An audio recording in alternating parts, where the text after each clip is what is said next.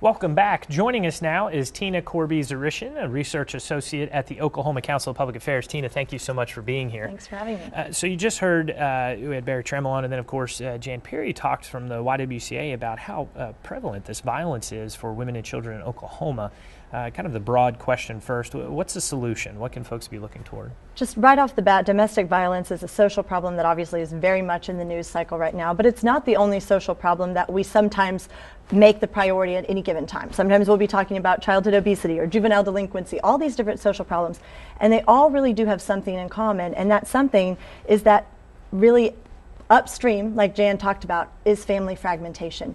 And it's a really difficult subject to discuss, but it's really important if we want to solve the problems of domestic violence. And again, there are correlations not only with domestic violence, but with a host of other social problems. Study after study finds that cohabiting men and women, or women and men, are at greater risk to be victims of domestic violence than are married men and women.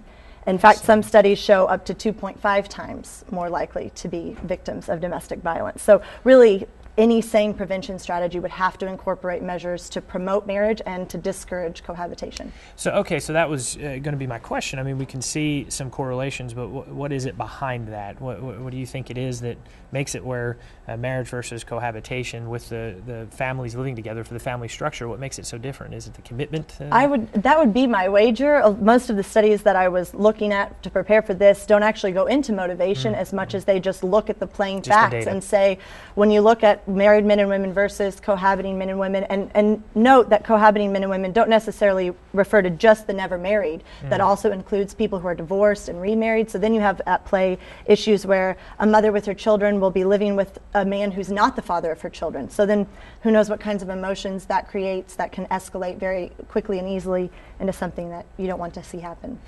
We've heard the topic or the term many times, cycle of abuse. We've been talking about it on the show. Do you agree with that term, and if so, how do we break the cycle?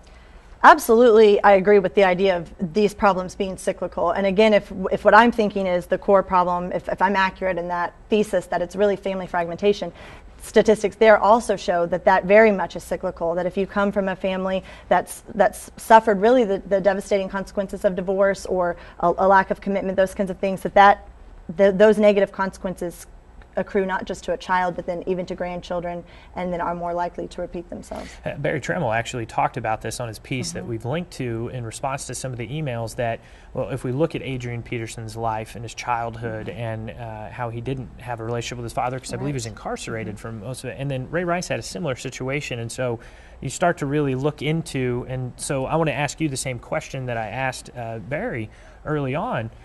Do colleges, do professional teams need to be more involved in the holistic person that's on the team, or do they just need to show up and play the game? And that's I don't know whether colleges or the NFL necessarily, but I would say as a culture, yes, we need to be thinking about ways that we can really portray the consequences that come with fatherlessness.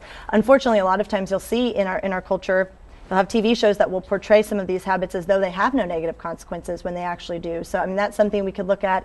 Coming from a background in political and church communications, I think those intermediary institutions like the YWCA or churches, those kinds of things can play a big part in that character forming aspect too. That's so important. Okay, so let me ask, I'm thinking here about we're in a political season and we still hear this term war on women, and I'm seeing a disconnect between those conversations politically and what we're talking about, the reality of our community and where our focus needs to be.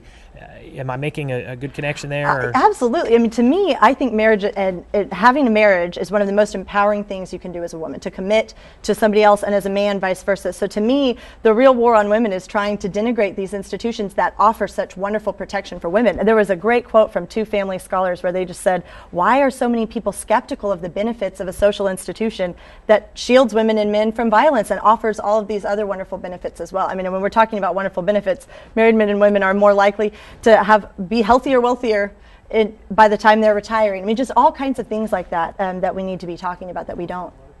Last question as we wrap up here. For any of the folks at home that want to learn more, are there any good resources you would suggest? Any good Oh my website gosh, for them to so go many. to? I would really encourage the OCPA website, ocpathink.org. I know I've written about this on that website. Maybe the post about marriage being the mother of all First Lady campaigns would be one to check out. But also the Family in America Policy Journal is great for this as well. Tina, thank you so much for being here. Really appreciate your time today. Well, folks, that is all the time we have here today. We'll be back with just a final minute right after this.